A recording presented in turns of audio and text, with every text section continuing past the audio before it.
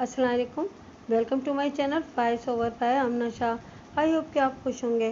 कहानी शुरू करने से पहले आपसे रिक्वेस्ट है कि अगर आपको मेरा कंटेंट पसंद आता है तो प्लीज़ मेरे चैनल को सब्सक्राइब करें और लाइक करें। आइए कहानी का आगाज़ करते हैं। उन्होंने पुलिस को वो तमाम वाक़या भी सुना दिया था जिसमें आंटी खतीजा और आबिद की खासी झड़प हो गई थी, और आबिद ने आंटी खतीजा को ख़तरनाक नताइज की धमकी भी दी थी। पुलिस को अपनी तफ्तीश को आगे बढ़ाने के लिए इतना सा इशारा काफ़ी था। उन्होंने फ़ौरन से पेशतर आबिद को उसकी दुकान से गिरफ्तार कर लिया, और जैसा कि आपको मालूम हो चुका कि इस वक्त आबिद अदालती रिमांड पर पुलिस की तहवील में था। वो चंद रोज़ बाद चालान के साथ अदालत में पेश करने वाले थे। इसके बाद मुकदमे का बाकायदा आगाज़ होने था। मैंने अपने सामने बैठी नबीला से कहा कि आपने मुझे जो मालूमात फराहम की हैं मेरी नज़र में वो नाकाफ़ी हैं, लेकिन आप परेशान ना हो, बाकी का तमाम होमवर्क मैं खुद कर लूँगा, लेकिन इसके लिए मुझे गाहे बगाहे आपके ताउन की ज़रूरत पेश आएगी। मैं आपसे हर किस्म के ताउन के लिए तैयार हूँ, वो रुहासी आवाज़ में बोली। बस आप मुझे ये यकीन दिला दें कि आबिद को कुछ नहीं होगा। क्या आबिद ने आंटी खतीजा को कत्ल किया है? मैंने उसकी आंखों में देखते हुए सवाल किया। हरगिज़ नहीं, वो नफ़ी में गर्दन हिलाते हुए बोली। मैं मानती हूँ कि आबिद बहुत गुस्से वाला है, गलत बात उससे बर्दाश्त नहीं होती और वो फ़ौरन आग बगोला हो जाता है, लेकिन मुझे पक्का यकीन है कि उसने खतीजा को कत्ल नहीं किया। बस तो फिर आप इस बात का भी पक्का यकीन रखें कि अगर आबिद बेगुनाह है तो फिर इसका एक बाल भी कोई बीका नहीं कर सकेगा। मैंने नबीला को तसल्ली देते हुए कहा, अल्लाह के फजल करम से वो इस मुकदमे में बाइज्जत बरी होगा। अल्लाह आपकी ज़बान मुबारक करे वकील साहब। वो उम्मीद भरी नज़र से मुझे देखते हुए बोली। आपकी बातों से मुझे बड़ा हौसला मिला है, वरना मैं तो खुद को ख़त्म होता महसूस कर रही थी। आपने मुझसे ताउन करने के लिए कहा, मुझे बता दें कि किस किस्म का ताउन करना होगा। मैंने नबीला को इस केस के हवाले से चंद ज़रूरी हिदायत दी, जिनमें ज़्यादातर कामों का ताल्लुक मकतूल की फैमिली और उनके घरेलू हालात से था। इस केस को अपने ढप्पा लाने के लिए मुझे ये तमाम तर मालूमात दरकार थी। नबीला ने ये तमाम अहम मालूमात मुझे फ़राहम करने का वादा किया। मैं आज या कल किसी वक्त मुतालिका थाने जाकर आबिद से मुलाकात करूँगा। मैंने कहा, मुझे इससे चंद अहम सवालात करने हैं और बाज़ कागजात पर इसके दस्तखत भी चाहिए। अब इंशाअल्लाह हमारी मुलाकात अदालत के कमरे में होगी। इंशाअल्लाह। वो उठकर खड़ी हो गई। हमारे बीच अलविदाई कलामात का तबादला हुआ, फिर वो मेरा शुक्रिया अदा करके रुखसत हो गई। जब वो मेरे ऑफिस से निकली तो उसके कदमों में एतमाद नज़र आता था। रिमांड की मुद्दत पूरी होने के बाद पुलिस ने अदालत में चालान पेश कर दिया। इस दौरान में मैंने मुल्ज़िम आबिद से एक भरपूर मुलाकात कर ली थी। वो एक कबील जुस्सा और दराज कामत शख्स था। उसने हल्की सी दाढ़ी रखी हुई थी और उसके चेहरे पर एक ख़ास किस्म की करख्तगी पाई जाती थी। वो हाथ पाँव का मजबूत था। अगर उसका एक हाथ किसी को पड़ जाता तो उसके ज़मीन बोस और बेहोश होने में किसी शक व शुबे की गुंजाइश नहीं थी। मैंने एक बात ख़ास तौर पर नोट की थी, और वो ये कि आबिद दिखने में जितना गुस्सा हुआ नज़र आता है, दर हकीकत वो ऐसा था नहीं। अंदर से वो मुझे एक सच्चा, खरा और नरम दिल इंसान लगा था। उसके दिलो जिगर में एक ख़ास नौइयत का गुदाज पाया जाता था। ऐसे इंसानों की अखरोट कैटेगरी में रखा जाता है, यानी ऊपर से सख्त और बाहर से नरम। आगे बढ़ने से पहले मैं पोस्टमार्टम रिपोर्ट का जिक्र करता चलूँ। इस रिपोर्ट के मुताबिक मकतूल आंटी खतीजा की मौत 8 फरवरी की दोपहर 10 और 12 बजे के दरमियान वाक़ हुई थी, और ये रिपोर्ट में वाज़े अल्फाज में लिखा हुआ था कि मकतूल को हालत नींद में फना के घाट उतारा गया था। बजाय मौत उसके सीने में खंजर घोंपकर उसे ज़िंदगी से महरूम कर दिया गया था। मेडिकल एग्जामिनर की रिपोर्ट के मुताबिक मकतूल की कमीज़ पर जो खून लगा हुआ मिला था वो खालिस नहीं था। मतलब ये कि इस खून में पानी या कुछ और मिलाकर इसे पतला कर दिया गया हो, लेकिन मकतूल के जिस्म में मौजूद खून का मुआयना बताता था कि इसकी हालत नॉर्मल है। सिर्फ कपड़ों पर लगे हुए खून की कैफियत असली खून की बनिस्बत काफ़ी पतली थी, यानी जिस्म से खारिज होने के बाद खून का मखसूस गाढ़ापन जाता रहा था और वो अपने फितरी अंदाज में लिबास पर जम नहीं पाया था। अदालती कार्रवाई का आगाज़ हुआ तो मैंने अपने वकालतनामे के साथ मुल्ज़िम की दरख्वास्त ज़मानत दायर कर दी, लेकिन जज ने दरख्वास्त ज़मानत को रद्द करते हुए आइंदा पेशी के लिए 15 रोज़ बाद की तारीख दे दी।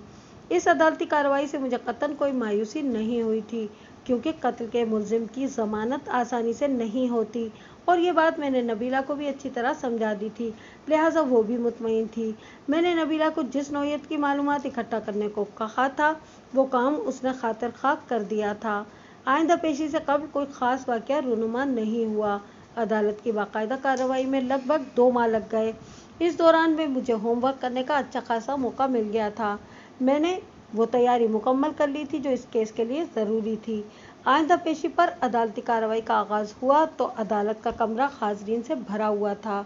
जज ने फर्द जुर्म पढ़कर सुनाई। मुलजिम ने मेरी हिदायत की रोशनी में सेहत जुर्म से इनकार कर दिया। इस इनकार पर मुलजिम का तफसीली बयान रिकॉर्ड किया गया।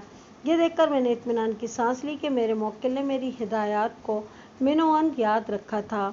इसके बाद इस्तग़ासा के गवाहों का सिलसिला शुरू हुआ। इस्तग़ासा की जानिब से कमोबेश 8 गवाहों की फहरिस्त पेश की गई थी। मैं सिर्फ इन्हीं गवाहों का जिक्र करूँगा जिनके बयान में कोई ख़ास या अहम नुक्ता मौजूद होगा। किसी भी केस में इंक्वायरी ऑफिसर की हैसियत इस्तग़ासा के एक गवाह ऐसी होती है। इसे इस्तग़ासा का वारिस भी कहा जाता है और इसे हर पेशी पर अदालत में हाजिर रहना पड़ता है। मैंने जज से दरख्वास्त की, जनाब आली, इससे पहले कि इस्तग़ासा का कोई गवाह बयान देने के लिए कटहरे में आए, मैं मौजूद अदालत की इजाज़त से इस केस के तफ्तीशी अफसर से चंद सवालात करना चाहता हूँ।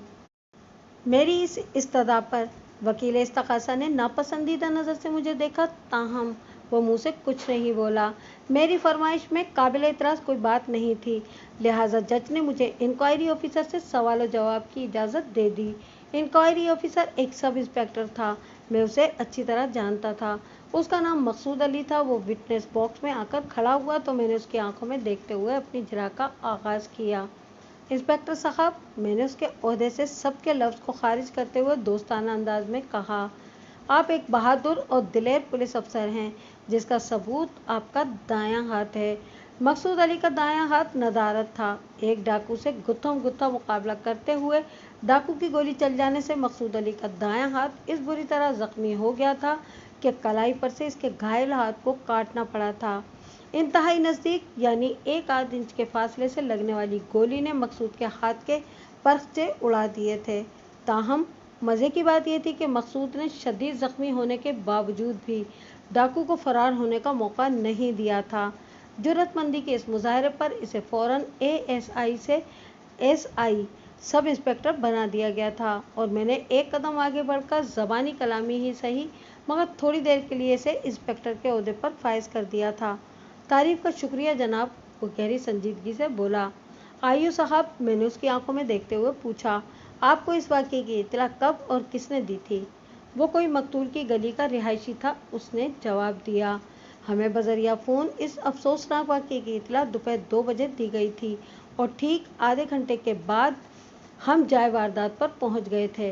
Very good. मैंने सताइशी नज़र से उसकी तरफ देखा और पूछा, आपने कई सफ़ात पर मुश्तमल जो चालान तैयार किया है, इसमें लिखा हुआ है कि जब आप वक़ुआ पर पहुंचे तो मकतूल आंटी खतीजा की लाश उसके बेडरूम में बेड पर पड़ी थी और बेडरूम की छत वाला पंखा फुल स्पीड से चल रहा था। अगर मैंने चालान के इस हिस्से को समझने में कोई गलती की हो तो आप मेरी रहनुमाई फरमाएं। नहीं नहीं, आपने बिल्कुल ठीक समझा है, वो रसानियत भरे लहजे में बोला। वाकई मकतूल के बेडरूम का सीलिंग फ़ैन आंधी और तूफान की रफ्तार से ऑन था। क्या इस अमर में किसी शक की गुंजाइश है कि मकतूल आंटी खतीजा की मौत 8 फरवरी की दोपहर 10 से 12 बजे के दरमियान वाक़ हुई थी? कोई शक नहीं वकील साहब, वो बड़े एतमाद से बोला। फरवरी का महीना कराची में इतना गर्म नहीं होता कि इस कदर तेज़ पंखा चलाने की ज़रूरत पेश आए।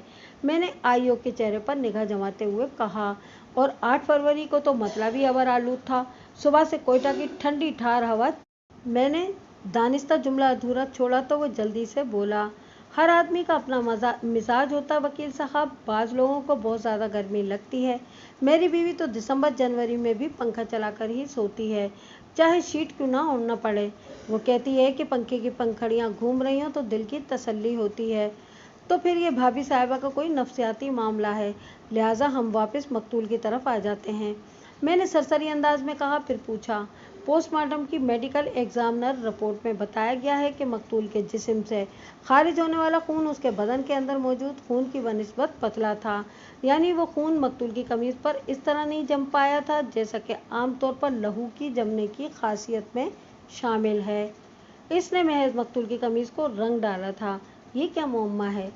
शुरू में ये मुझे भी मुअम्मा ही लगा था, वो ठहरे हुए लहजे में बोला, लेकिन बाद में इसकी वजह मेरी समझ में आ गई थी। क्या वो वजह आप मुझे भी समझा देंगे? मैंने पूरी इश्तियाक सवालिया नज़रों से उसकी तरफ देखा। क्यों नहीं वकील साहब, वो ताबुनामेज लहजे में बोला।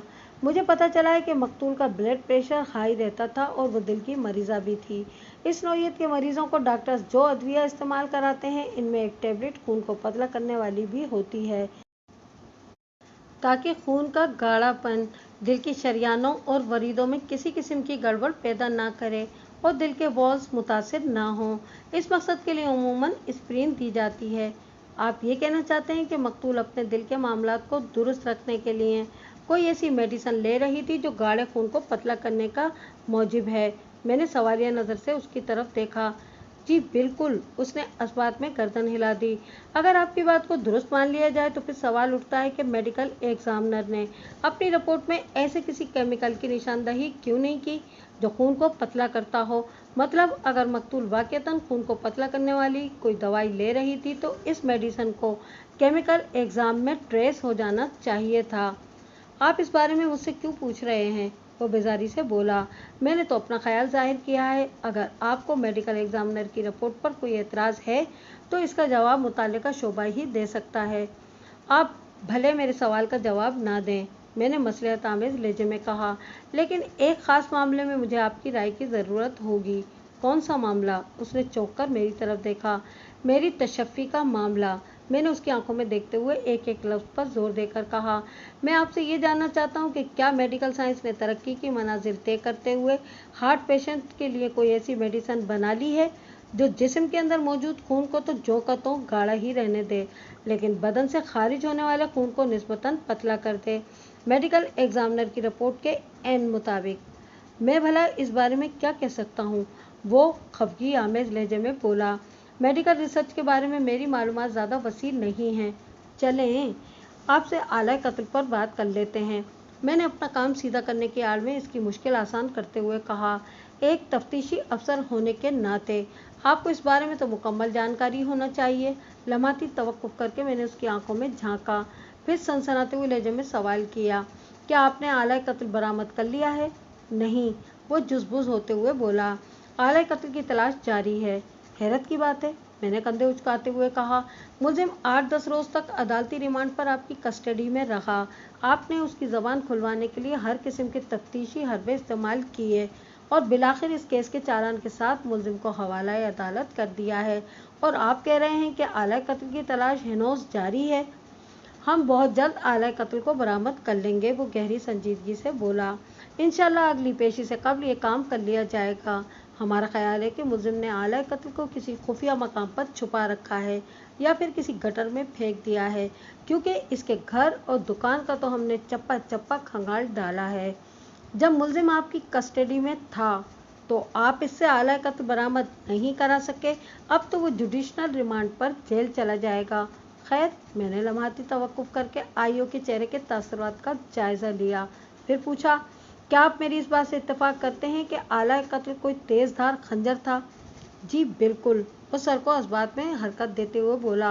पोस्टमार्टम रिपोर्ट भी इसी जानिब इशारा करती और मकतूल के सीने का घाव भी यही कहानी सुनाता है कि आला कत्ल कोई खंजर या खंजर जैसी कोई तेज़ धार चीज़ है। मैंने एक आध सवाल के बाद आईओ को फारिग कर दिया। अगले गवाह का नाम था सिकंदर, जो सिकंदर भाई के नाम से मशहूर था। सिकंदर भाई एक दुबला पतला और दराज कामत शख्स था। वो पेशे के एतबार से एक ड्राइविंग इंस्ट्रक्टर था। इसने सच बोलने का हल्फ उठाने के बाद अपना मुख्तसर सा बयान रिकॉर्ड कराया, फिर वकील इस्तगासा जिरह के लिए उसके नज़दीक चला गया। सिकंदर साहब, वकील इस्तगासा ने मुलजिम की जानिब इशारत करते हुए गवाह से सवाल किया, क्या आप इस शख्स को जानते हैं? जी, गवाह ने सर को असबाती जुम्बिश दी और बताया, ये वही बंदा है जिसने खतीजा को कत्ल किया है। वाक़यात के मुताबिक आपने बकुआ के रोज़ मुलजिम को मकतूल के घर से निकलते देखा था। वकील इस्तगासा ने चालाकी से इस्तफसार किया, आपको यकीन है कि आपने वक़ुआ के दिन जिस शख्स को मकतूल के घर से निकलते देखा वो मुलजिम ही था? जी बिल्कुल, वो यही था, गवाह बड़े वसूख से बोला। आपको कुछ अंदाज़ा है आपने कितने बजे मुलजिम को मकतूल के घर से निकलते देखा था? लगभग 11 बजे दोपहर, गवाह ने जवाब दिया। क्या आपकी इस वक्त मुलजिम से कोई बात हुई थी? नहीं जनाब, गवाह ने नफ़ी में गर्दन हिलाई। इस वक्त आबिद खासा घबराया हुआ और बड़ी जल्दी में था और मैंने पीछे से आवाज़ देना मुनासिब नहीं समझा। वैसे भी हमारे पीछ सलाम व दुआ से ज़्यादा मरासिम नहीं है। वकील इस्तगासा ने जिरा मौकूफ़ की तो अपनी बारी पर मैं विटनेस बॉक्स के करीब चला आया और इस्तगासा के गवाह की आंखों में आंखें डालते हुए सवाल किया, सिकंदर भाई, आपकी रिहाइश कराची के किस इलाके में है? FC एरिया में, उसने जवाब दिया। सिकंदर भाई, मैंने बदस्तूर उसकी आंखों में देखते हुए जिरा के सिलसिले को आगे बढ़ाया। FC एरिया और समनाबाद में अच्छा खासा फासला है। क्या आप मोअज़्ज़िज़ अदालत को बताना पसंद करेंगे कि वक़ुआ के रोज़ यानी 8 फरवरी को आप मकतूल के इलाके में क्या कर रहे थे?